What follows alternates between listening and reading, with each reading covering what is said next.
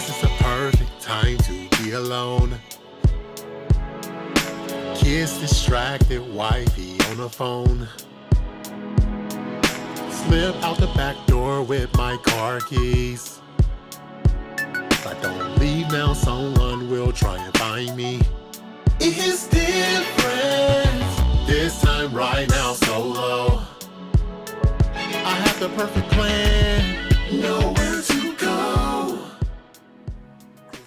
Thank you for joining the If You Cook, I'll Clean podcast. I'm your host, Eli Breeden. Today we have an extraordinary guest with us. She hails from Philly. She blossomed at Spelman College in Atlanta. She grew up in Dallas, and she's now happily rooted in Houston. As the eldest of three girls, she's part big sister, part cheerleader, and she's also the group Tech's ringleader. She loves, love runs deep in her family, from her parents' lasting marriage to her sisters and grandparents who all believed in love that lasts. Her mom, a true relationship whisperer, shared wisdom, sparkle, and real talk that's guided many to healthier relationships. She's inherited that gift. Friends, men and women, have long turned to her for her honest, heartfelt advice. She's now has a knack for helping people see what and who really matters. In her career, she's thrived in recruiting, matching great people with great opportunities. And now she's bringing that same intuition to modern love, helping singles find real connection with heart, humor, and hope. Because if you ask her, the best is still to come. Welcome with us, guys, a superlative, extraordinary guest, Miss Adrienne. How are you, young lady? I'm amazing. How are you? I'm doing good. It's a pleasure. Good. I know we've, been trying to connect with you. I know you've been extremely busy with a lot of the things that you have going on, and we just want to thank you for gracing us with your presence today. I want to thank you for having me. Absolutely. I mean, this is really a big deal, and I'm so glad to be here. Okay. And thank you for sharing all those kind introductory words about me. I appreciate that. Absolutely. So, for our new guests that are new to the show, this show is called If You Cook, I'll Clean. It's based off a book that was written by me. And a lot of the conversations are conversations based on a male's perspective, based on their relationship specifically with women. And a lot of those conversations came from barbershops all over the United States. So we're going to get into some questions that I know you guys may have for our matchmaker, and maybe some of the everyday conversations that she's having with some of the ladies that she's matching up with guys. So let's go ahead and get started. So as I mentioned, the book If You Cook, I'll Clean is about relationships from a male's perspective, and all of the conversations came from barbershop settings. Some of the conversations that men truly have is related to some of the hiccups, some of the challenges that they may be facing in relationships. As a matchmaker, tell us and just give us a little bit about your story, maybe how you started, and just give us some insight into your matchmaking service. Sure. I would be glad to share that with you. I am married, and my parents are married, and my grandparents are married. All of my aunts and uncles are married. My siblings are married. I come from a family full of married people. So it comes quite naturally to me that people should be married. People should be partnered. People need support. And as I've matured, I have a lot of friends in my age group. I'm in my 50s, and I feel like they've come to me for help in finding matches or mates. So I kind of started out the business thinking that I would continue to help really my friends and people targeted in my age group find matches. And I've quickly learned that I'm working with people from 30 through their 70s, and that I'm really just not limited to people in their 50s anymore. My background is in recruiting, corporate recruiting. I've done that for over 25 years. And I said, a lot of what goes into being a good matchmaker is the same thing that goes into being a good recruiter, which is listening, right? So, you have a manager, hiring manager, they want certain things. You have the candidate that wants certain things. And as the recruiter, you do work for the company, but you also really do want what's best for the candidate as well. And so, I said, I think I can be a matchmaker. And I've already kind of helped some people, develop their relationships. And since I've been doing this, I have connected a few people since the last time you and I talked. Okay. So it's going well. But yeah, so that's kind of how I started, because I really believe fundamentally that the Black family is the foundation of the Black community. So really this is about matchmaking, right? Really this is about male perspectives and female perspectives, but fundamentally this is about building families and building strong foundations for our families, our children, and our communities. And we need each other. Oh, wow. That's a lot to unpack. And when you were speaking, one thing that stood out to me was you mentioned you help individuals from 30s all the way to in their 70s. Absolutely. That seems like a fairly large gap to me. So I think one of the questions that I would have is, so for the individuals in their 70s, what are they looking for exactly? And is it any different, or do you find any variations or differences between what individuals in their 70s are looking for versus individuals maybe even in their 40s and 50s? Absolutely. And I try not to make huge generalizations. One of the reasons that I'm a bespoke is what I do, and bespoke means catered to you. So I don't have a one size fits all approach to matchmaking. I listen to what the client wants, and I try to provide them with that. But to try to answer your question, my 70-year-old clients, they want things like people who are retired. They want people who want to garden. They want people who live within a 10 to 15 mile radius. Sometimes their health is not as good, or they can't drive at night. So they have some different, they're not usually looking to jet set still, Right. or build a family, Right. start a family. So they're just in a different stage in life, but that does not mean at all that they do not want companionship. And I think that's important for people to realize that love is not just for the young. I mean, it's for everybody. And I like to say that, what I'm all about is real love for real people. Oh, wow. I like that. I like that. And did you describe what individuals in their maybe 30s, 40s are looking for? Well, primarily my clients in their 30s want to be married. They want to be married. Okay. Like, they want families, they want to have children, they want to be married, and it hasn't happened yet. Right. Both the male and female clients. Oh, They okay. want to be married. In my 40s, people are still wanting to be married and have children, but they may be tapering off a little bit about the children, or they may already have children from a previous relationship. Right. So, but they're still pretty young, so they're open to marriage. By the time people get into their 50s, it gets a little bit more challenging, because typically people have done well, or at least many of my clients have done well, and they have concerns about if they were to marry, how that's going to come together in terms of their assets and their investments and their homes, because, they've made arrangements to leave some of these things to their children already. That doesn't mean they can't get married or remarried, but the financial piece, and people are getting closer to retirement. Right. Because, some people are retired at 55. Absolutely. Everybody's not still working until absolutely. 65. So, Absolutely. So then there's that. Unfortunately, that's not me. That's not me either I'm right now. working towards it one day, hopefully. Absolutely, absolutely. So people are in general looking for different things at different stages in life, but it's really a very individual thing. What people want from a matchmaker, very. Okay.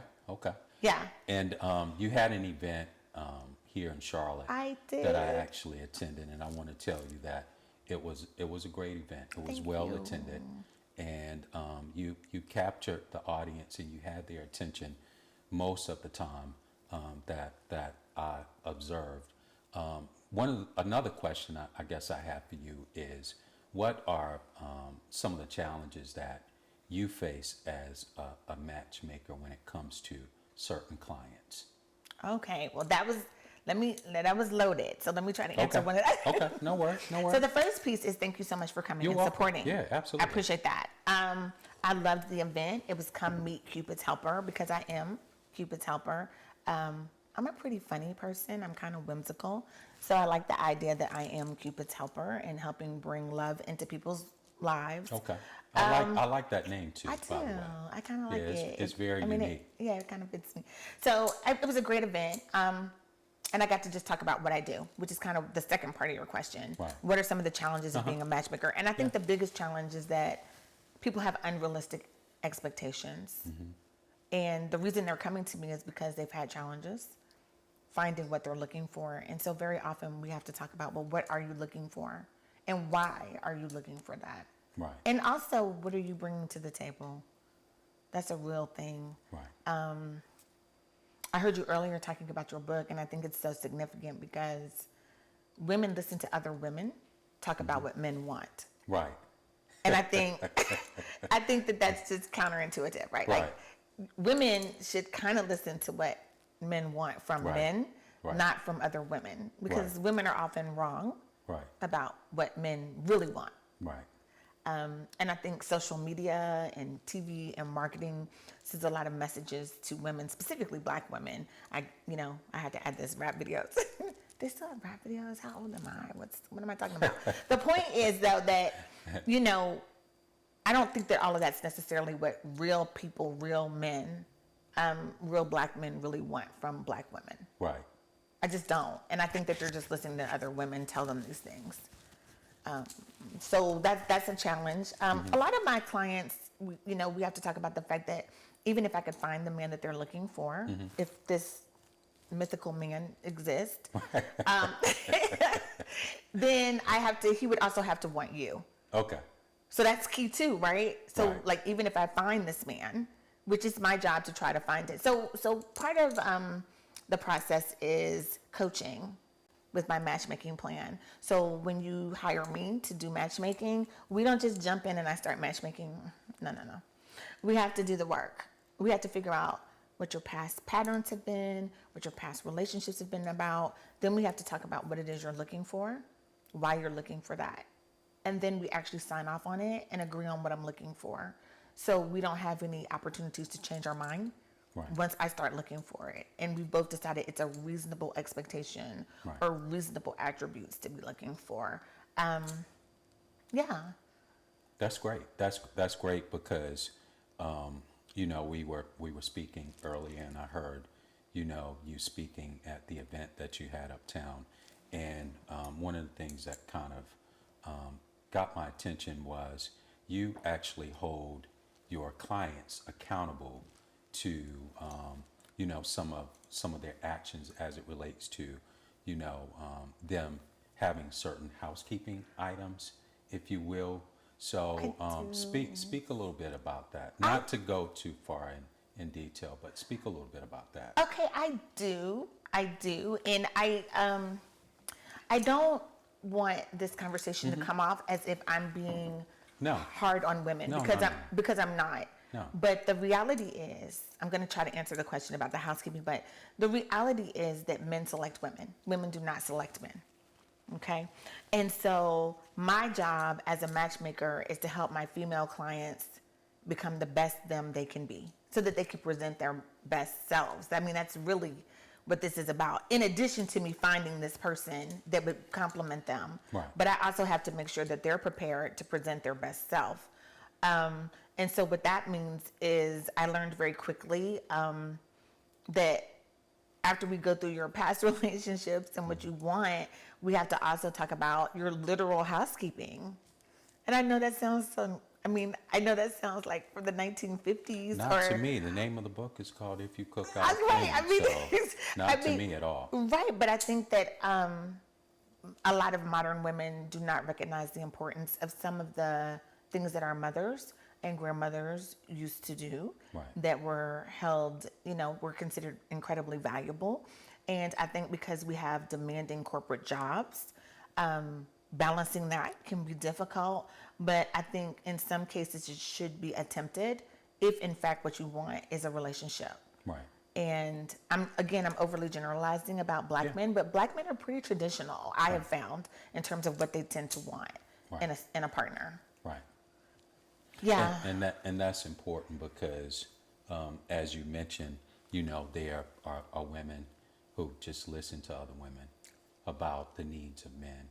Yeah. And I just think it's somewhat unfortunate, I guess I should say, because when men are expressing how they truly feel and they're attempting to tell women how they truly feel, it's almost like it goes over some women's heads. And it's almost like their cries are being ignored. So I'm glad you actually touched upon that. So we spoke about Bespoke. We spoke about Cupid's Helper. Now, just give us just a little bit more history about how that was created and how that was birthed.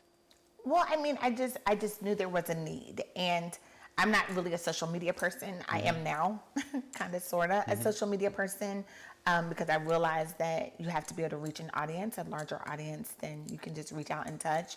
But I wanted to be a person who could talk to people about relationships that was approachable, just a real person, like not a celebrity matchmaker, or just a real person in a real marriage that knows a lot of other very real people in relationships or desiring relationships. And I just didn't see that out there. I just did not see that present as an offering in matchmaking world. And really, to add to that, let's talk about matchmaking in general. Okay. It's not something that you find a lot in our culture, in African American culture here. So when I get on a call every week with other matchmakers, I'm one of the few African Americans on the call. And if my clients, both male and female, are looking for mates that are African American, Black people, we have some different challenges in terms of what we're looking for. In my business, I have more women utilizing the business than I have men. But for a lot of matchmakers, it's very male driven. Like in other cultures, it's the men who are looking for the women. And but that's in every culture. It's men looking for women, and they're looking for what they want. And so my goal is to say to women, are you what they want? How much closer can we get you to what your best is? Not change you, but just make sure that you're presenting your best self. Right. Your whole best self. And that includes, unfortunately, cooking, housekeeping, very basic things. I found that I was spending a lot of time talking about relationships and dating and tips like that, but I wasn't talking about the things that can tank relationships, I think. Right. Like getting along with the man's mother. No matter who she is, it's going to be probably very important to him. Right. And so, you can check all the boxes and do everything else right, and then not get along with his mother. So sometimes I've found that there's things that I would consider somewhat obvious, but they're not to everybody. Right. I grew up in a family full of married people, so I've had a lot of... It makes a difference. It does make a big difference. And there's a lot of people that have not grown up with both parents, or they did not grow up in a situation where they saw marriage modeled. And so they don't really know, they know they want it, but they don't know what it's going to really look like. Right. Wow, that's good. So if there's a client that maybe isn't up to par in certain areas, in terms of some of those housekeeping, and it doesn't necessarily have to be housekeeping, as you mentioned, like if there's an individual who isn't getting along with that guy's mother, like how do you circumvent or how do you approach a situation like that to potentially assist and help those individuals get to a place where now they are ready to be successful in those relationships? Let's see. How do I answer that? Okay, so the first part is I do matchmaking, but I also do coaching. Oh, okay. So I'm glad you mentioned that. Okay. So Okay. everyone that I talk to is not a matchmaking client. Oh. Some of the people I talk to several times a month, and they're already in relationships, and I do coaching to help them better their relationships. Okay. So when faced with situations like you don't care for his mother, or let's say he doesn't care for your mother, that is a concern for me. Because I think that when you marry people, you're marrying their entire family. And you fundamentally need to be, you don't have to be crazy about everybody, but you need to be kind of sort of comfortable with all of Right. that. And I think that that's problematic if you're not feeling comfortable, because that family member is going to always be loved by that person. They're not going to get rid of them, and they shouldn't. Right. So yeah, that's something to work through. Right. Yeah. I like that. So you're not only matchmaking, but you're also offering a service that is cultivating or helping them grow at the same time. So I like that. I like that idea. Yeah, that I really do, because I think it's important for individuals who are attempting to be a mate, ultimately to really do some self-evaluation. Yes. You know what I mean? I do. Yeah, it's very important, because that's one of the hardest pills to swallow, is looking at yourself in the mirror and actually understanding and coming to the determination that maybe some of the problem, not all of the problem, but some of the problem is me. So how do you approach those particular circumstances with your clients? Oh, I think, okay, so I'm married. Right. And I'm constantly trying to figure out how to be a better spouse. I don't think I'm constantly trying to learn and grow and understand better how my husband wants me to communicate with him. I don't think you ever get there. I think it's a work in progress, and I think if both people are working at it, you can have a really good marriage. But I think people have unrealistic expectations about relationships as well, and that's one of the things that I talk with people about in matchmaking and in coaching. That this person is not going to be perfect. Right. There are going to be things that are not, the list that people talk about. There's going to be things about them that are not perfect, but are they perfect for you? Right. And can you work with that? And are they open to working with you on these things?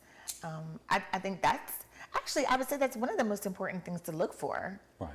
in a mate, is are they open to listening to how you want to communicate, or what it is that you need, and are they willing to attempt to give you that? Right.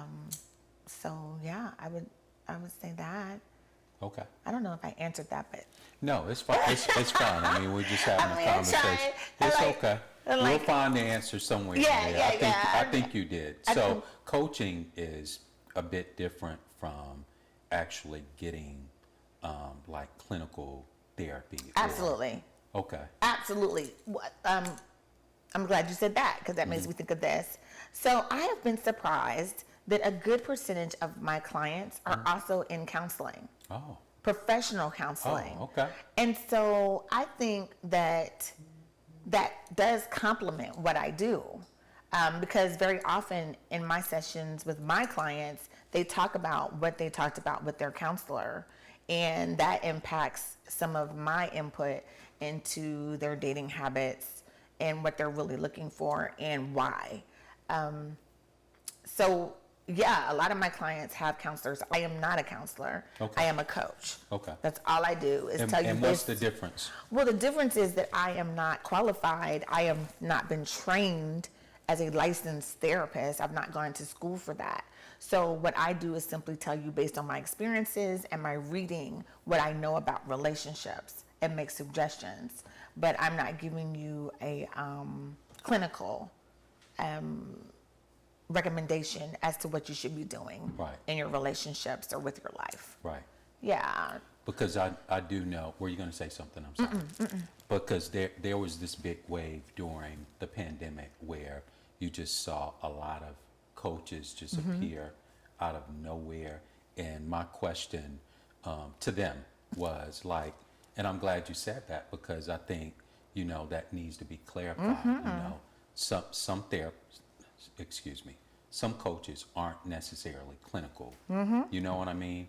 While you do have these, you know, therapists who are, you know, professional therapists who are qualified, and you have individuals that are these coaches. So I'm glad you differentiated the difference between the two, because it's important. Absolutely. Because a coach is not a A therapist. coach is And a not therapist is not necessarily a coach. Exactly. Okay. They are not the same thing. Okay. And I make that very clear with the people that I work with, that I feel like I'm a subject matter expert to some degree on relationships, but I am not certified to clinically advise you Right. on what you should be doing. Okay. No. Okay. Yeah. That's good. I'm glad you mentioned that. So, yeah, it's a great conversation so far. I think our audience, you know, can certainly gain a lot from you, based on your expertise and based on your experience. So, the fact that you are successfully married and you've been successful in a lot of your endeavors, what advice would you give individuals who aspire to be successful, or as successful as you have been in your personal life as well as in your professional life?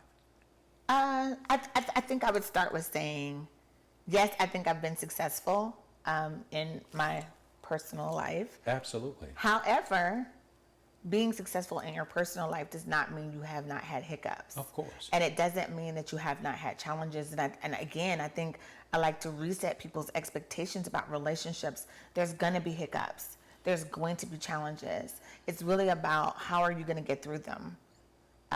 Do you have strong communication with your partner? And do you have reasonable expectations? And I'll share an example. I know you like it when I share examples. Okay, so I'll share an example. One of the things I hear from my female clients a lot is that I would like a mate who makes a lot of money. Okay, like just that phrase. I would like a mate who makes a lot of money. And fair enough, because people want to be comfortable, okay? But part of my job as a matchmaker is to try to get in there and say, okay, well, first of all, what's a lot of money to you?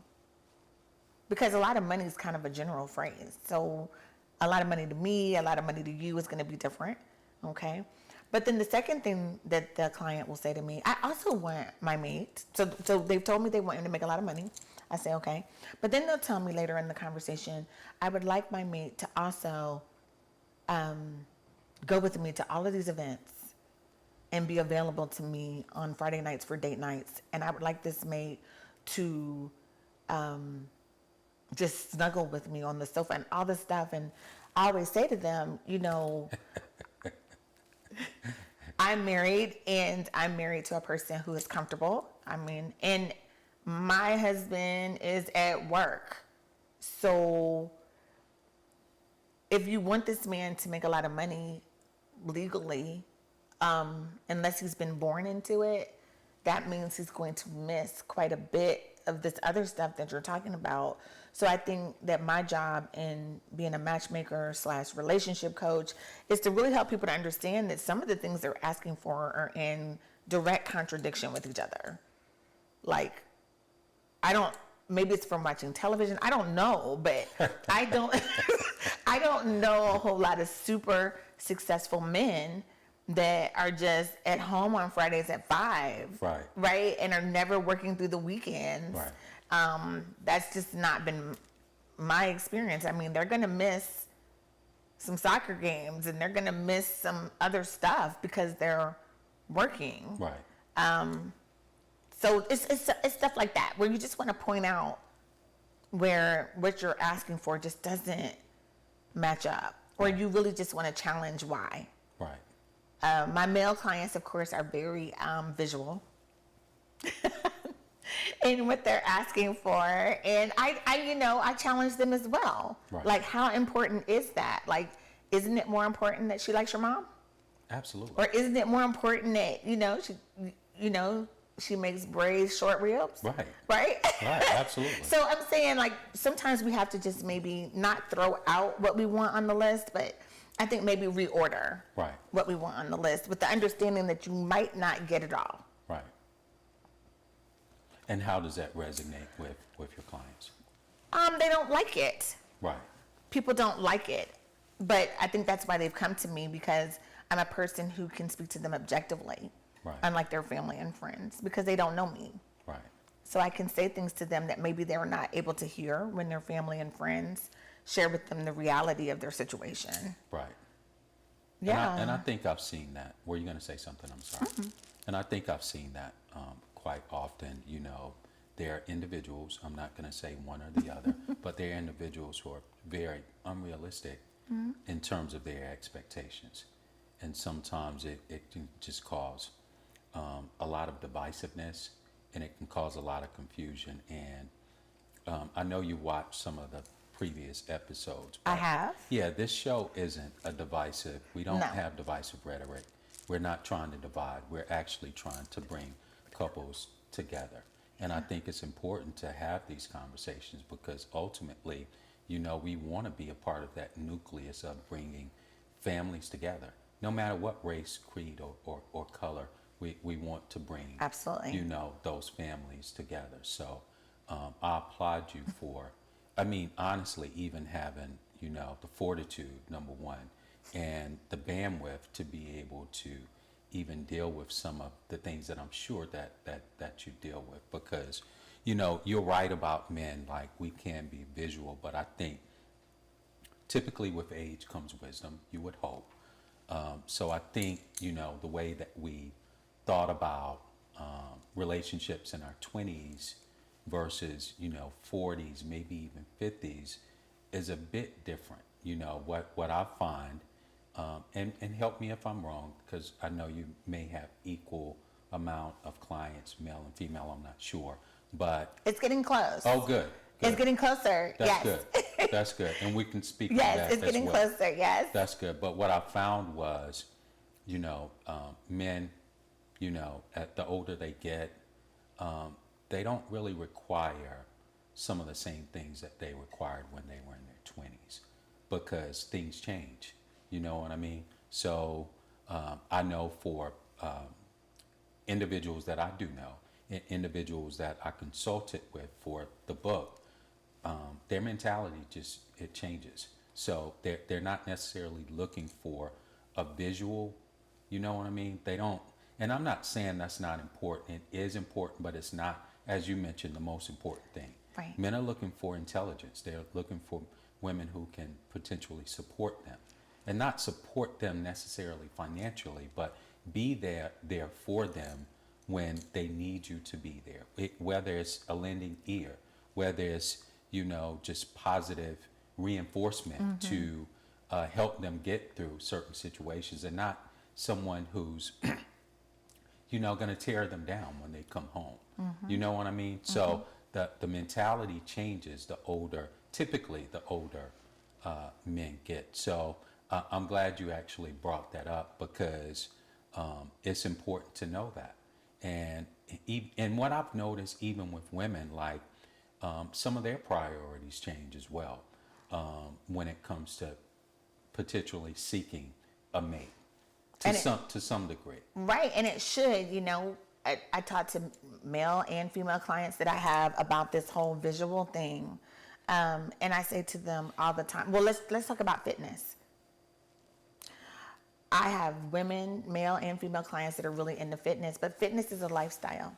Yes, and we're going to be careful what we say about fitness because we we ain't gonna offend nobody. No, we don't. Okay. No, because I'm plump, and I'm no. I don't think you're plump. Well, I feel plump, and that's okay. I feel good about it. My husband's a little plump. The point is Okay. this. No offense. Okay. No, we're not going to offend anybody. Okay. The thing about fitness is this. Fitness may appear like fitness, is what I tell my male and female clients, but really what fitness is a lifestyle. And so when people tell me I want a partner that's fit, the first thing I ask them is, are you fit? No, because fitness is a lifestyle. I was sharing this the other night at my Come Meet Cupid's Helper event. I was like, I carry, candy in my pajama pockets, Right. and my husband carries candy in his robe, and we swap candy. I would have never thought that. Well, in a it's a fact. million years. It is a true fact. I mean, I'm you sorry. guys must have great genetics. Or Well, something. we enjoy each other's. We are meant to be together. Okay. So that's how that works. Okay. But I'm saying, but we also both look like people who carry candy in their pockets, and that's fine. I don't think so. No, that's not what I'm saying. Okay. What I'm saying is, no matter what size you are, you're lovable. But don't ask for things without understanding what goes with it, Absolutely. right? Absolutely. Like, if you carry candy in your pockets, you might not ask, maybe sort of kind of should not ask for a super fit man, maybe, because he may not be carrying candy in his pockets. I know that's right. Or the other way around. I like that. You need to coin that phrase. I'm serious. You need to coin that phrase. He might not be carrying candy in his pocket. He might not be. I like that. He might not, because if he's fit, but the people that I know, both male and female, that are fit, live a particular lifestyle. It's a lifestyle choice, which means they're not eating certain things, they're not doing certain things. They tend to be pretty disciplined about their food and their water intake and all this other kind of stuff. And so when you say fit, to me, I'm not just thinking about finding you a partner that looks a certain way. Right. I'm thinking about, but are you also living this fit lifestyle? Are you on your Peloton? Are you walking every day after dinner? Right. Are you keeping candy out of your pockets? I like that. Can you say that again for the audience? Are you keeping? Look in this camera and say it. Are you keeping candy out of your pockets? I know that's right. But it's cool, because if you are keeping candy in your pockets, you just need to be matched with somebody else who keeps candy in theirs, and that's fine too. So there's Okay. no shame here. And sometimes opposites attract, right? Or you don't find that too often. With You can look back at me now. With the fitness thing, I have not found.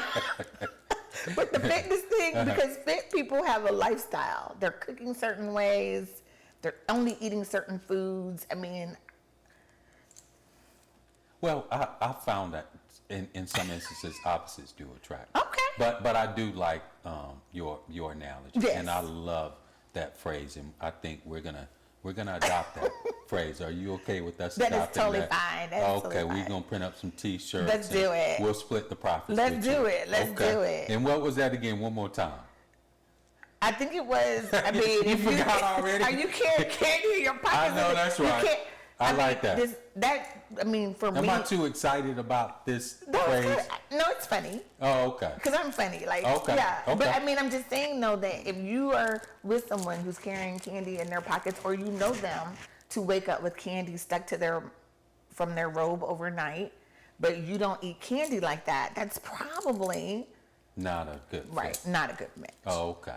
No. So with those clients, once again, the ones that, and we're not talking about fit necessarily. No. But individuals with unrealistic expectations, Yes, right? So yes. with those ones who do want to be matched up with this quote unquote perfect person, how do you deal with those particular situations? And you might have already answered that, but how do you address, I should say, those unrealistic expectations by some of your clients, whether male or female? Well, I mean, I think that's what I probably spend the most of my time doing. The bulk of my time Oh, wow. is spent just discussing, what do you want?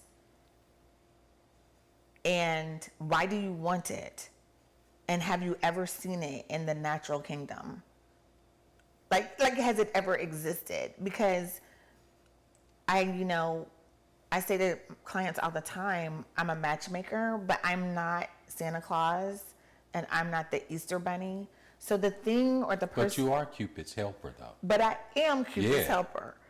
So But- they're going to be looking at you like you are one of those magicians or magical characters. Right. I'm just messing. They yes, but wait, watch this. Yes, but no. Okay.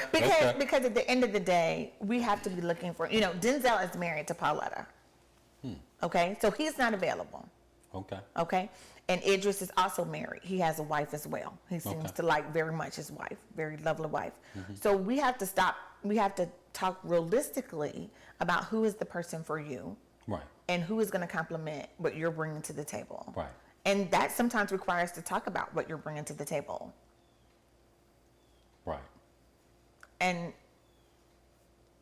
Feel free to expand. I'm listening. I just wanted to pause to collect my thoughts. I just wanted to pause to collect my thoughts. And it just has a lot to do with what you're bringing to the table, because I think that sometimes, oh gosh, I want to be so careful with this topic. I think sometimes what people think. You don't have to be careful on this. I should be careful. I should be careful. This is a very Okay. delicate matter. Okay. I think that Okay. sometimes what people think are their best traits are not necessarily. Oh, wow. That's a good one. Do you That's like a good that? one. Is that That's a good way of yeah, saying that's it? a good one. I think sometimes what people. That's a good one. I like it. I mean, Yeah. sometimes when I'm talking to a client and they're telling me what they believe are their best traits, I see other amazing traits in them. Wow. That have nothing to do with what they're presenting as their best traits or telling me Wow. are their best traits. Can you give an example without identifying anyone? Yeah, I mean, I think sometimes clients, both male and female, Yeah. think that the amount of money that they make or don't make is more impactful than it really is. Okay. That's what I think. Okay. I think there's so many other attributes. And, with my clients, when it comes down to, because I do have clients sign off on the list that we agree on, that I'm going to work on. And I always tell them, are you sure you want to use one of your 3 or 4 slots for height? Are you sure you don't want to use one of your 3 or 4 slots for kindness? Right. You can use your slots any way you want to, and I will go out and look for what you're asking for. But, I really need you to do the work and Right. decide what's really the top 3 or 4, because I can't find 20. Wow. Yeah. Sometimes the list is that long? Or are you just saying that as an example? No, that's not sometimes people 20? have a lot of things on their list, yes. And Wow. but we all do have these things on our list. It's just that some people are more realistic about whether they're a must-have. Okay. Right? Everybody has a long list. Yeah. But, well, people do. It's just that it's a matter. Men lists are typically shorter from my research. But they can be tough, though. Some of the things on the Absolutely. list they may be shorter, but Absolutely. my male clients are very specific Right. about What they desire. that is correct. And these are men, I'm assuming, who have, I want to be careful as well. Take your time. Yeah, so these are men who fit in a specific category. Yes, they do. Right. That's what I was trying to say. So they aren't the average or the typical man, I'm assuming, the ones with the longer list. Because generally what I find, individuals who are very specific about, I guess, whatever their criteria is, they're in a certain category. Or they fit in a certain category, social, economic, wealth class, and station. So I'm just wondering, are these men in a different category? I would say, by and large, that they are. Okay. Yeah. Okay. I would. Okay. And that's good, because we need to have these conversations, because We do. if you have a list that's 20 pages long, for instance, right? Oh. And you aren't getting any results, you know what I'm saying? Based on this list that you created, you're not getting the results that you desire. Let me say that. Maybe, as you mentioned, you need to adjust or modify the list. Yes. So maybe priority number 1 doesn't necessarily mean that you have to fit in a certain category when it comes to money or finances, right? Or just Yes, to all of that. Right. Whether you're talking about fitness, whether you're talking about education, whether you're talking about money, we haven't talked about faith. Okay. Okay, because that's a big one too. It is. It's huge for people. Right. You know, and people can get very specific about that. Like, not just are you a Christian, but do you attend church? Like, what is your level of participation? But for me, I think those are the things that are going to end up mattering more long term Right. than some of the other things. Absolutely. Yeah, but then it also depends on where the client is in life. So my 30-year-old clients are going to build with somebody. Right. They're going to have a baby, hopefully. That's what they want. Right. Actually, I have my first male client in his 30s because he wants to be married. He wants to have kids. And so so they're in a different mindset. He's in a different mindset. He's thinking about someone who's going to be a wife and a mother. The older my clients get, the less that becomes, the whole parenting thing is less of a thing. Wow. So let me ask you this. When it comes to, and we don't have to stay on this subject now because there are a couple other topics I want to discuss, but when it comes to like streamlining some of your clients, is there certain criteria that they have to meet to even be your client? Absolutely. Okay. And the number one thing that to be my client, whether you're male or female, you have to believe love is possible. Okay. Like, I am not trying to convince you that love is possible. Okay. I am not trying to convince you to want to be in a relationship. So if you come to me and you're not ready for love, or you're not open to love, or you don't think, if you indicate to me that you don't think it's really possible, that's not really a healthy client for me. Right. Because what we're doing is partnering. And I'm only going to be as good at finding a match for you as you are open and also working with me to find that match. Right. So if your attitude is that, you know, whether it's a male or a woman, and I can't say that enough, whether it's a male or a female client, Absolutely. if you're bringing a lot of baggage with you and you just, you know, that's not going to work. Okay. So you actually turn clients away. Oh, yes. Okay. Yeah, I mean, I think that I have a lot of integrity about what I do. Right. I think there's some matchmakers out there that I've heard stories of some matchmakers out there that will take your money and do what they can, and sometimes the clients are left not satisfied with the results, and I don't want to be that matchmaker. Right. I just do not want to be that matchmaker. So I do spend quite a bit of time with my clients and doing my search, because I plan to sit in front of you what you ask for. Now, I cannot always anticipate attraction or that type of thing, Right. but I am going to do my very best to get as close to what we agreed to. And I won't agree to a list that I don't think is reasonable. Wow. I just won't, because I'm going to fail at that Right. if I don't think it's a reasonable list. Wow. That's great. Yeah. That's So great. yeah, every client isn't a good client. I mean, but I think that's true for every business. Absolutely. Like, reasonable Absolutely. clients are important. Clients Absolutely. that want to partner with you and you're both on the same journey. I think it's important. Absolutely. Now, do you refer any of those clients elsewhere, or do you give them advice in terms of maybe when they're ready in the future, things of that nature? I do. Okay. I tell a lot of clients, or, you know, we have consultations and I speak with people and I say, hey, you know what? This has been a great conversation. I think you should take some time and think about it. Let's just think about what I'm sharing with you. And I think, and I know when you're in a business, you want to do well, right? Which means you have to have clients. But having said that, there's a lot of matchmakers. There's a lot of everything out there. And so I want the people who work with me to want to work with me, to understand me, Right. and enjoy the experience with me. Yes.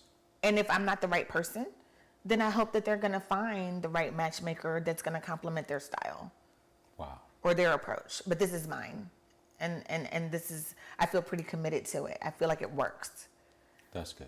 Yeah, I think it's also best for the client, Absolutely. because I don't think clients always know exactly what they need. Right. They may know what they want, but I don't think they know what it's going to really look like.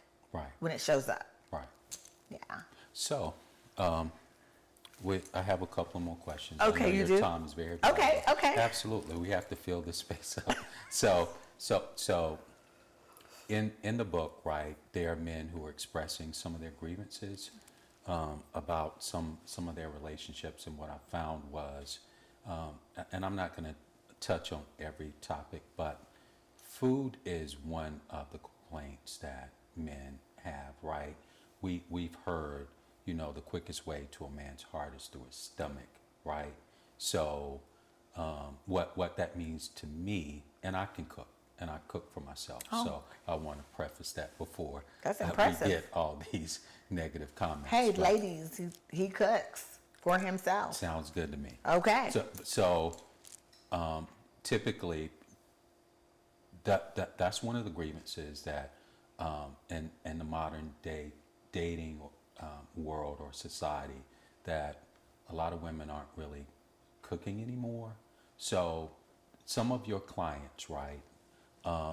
Do you express that to them? Like, it's not, men aren't necessarily trying to be traditional in the sense that they need a woman to stay in the kitchen, but I think every once in a while they would like to have a decent meal prepared, by or their spouse or significant other. So, do you have conversations with some of your female clients about some of the needs that men have regarding food? I have. Regarding food, yes, we have had conversations about this. But Cooking, I should say cooking, not food. Not cooking, food. Yes, but Cooking. but having said that, if my client says, "Look, I don't cook. Hey, at Bespoke, it is not my desire to change who you are. Right. It is my desire to enrich what you're presenting.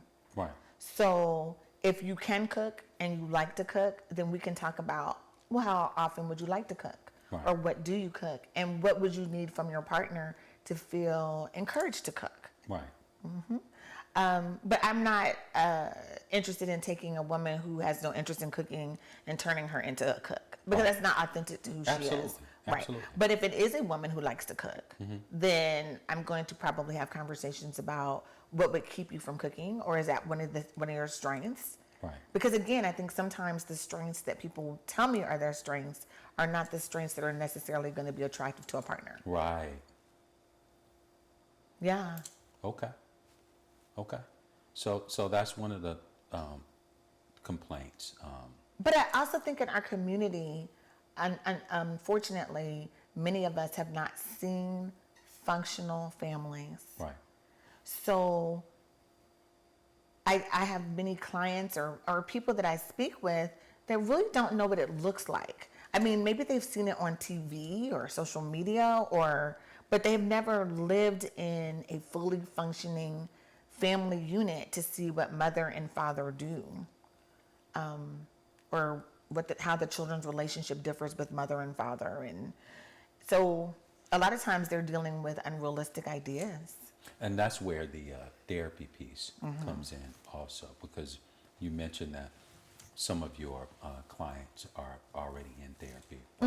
So that's a piece that's very important.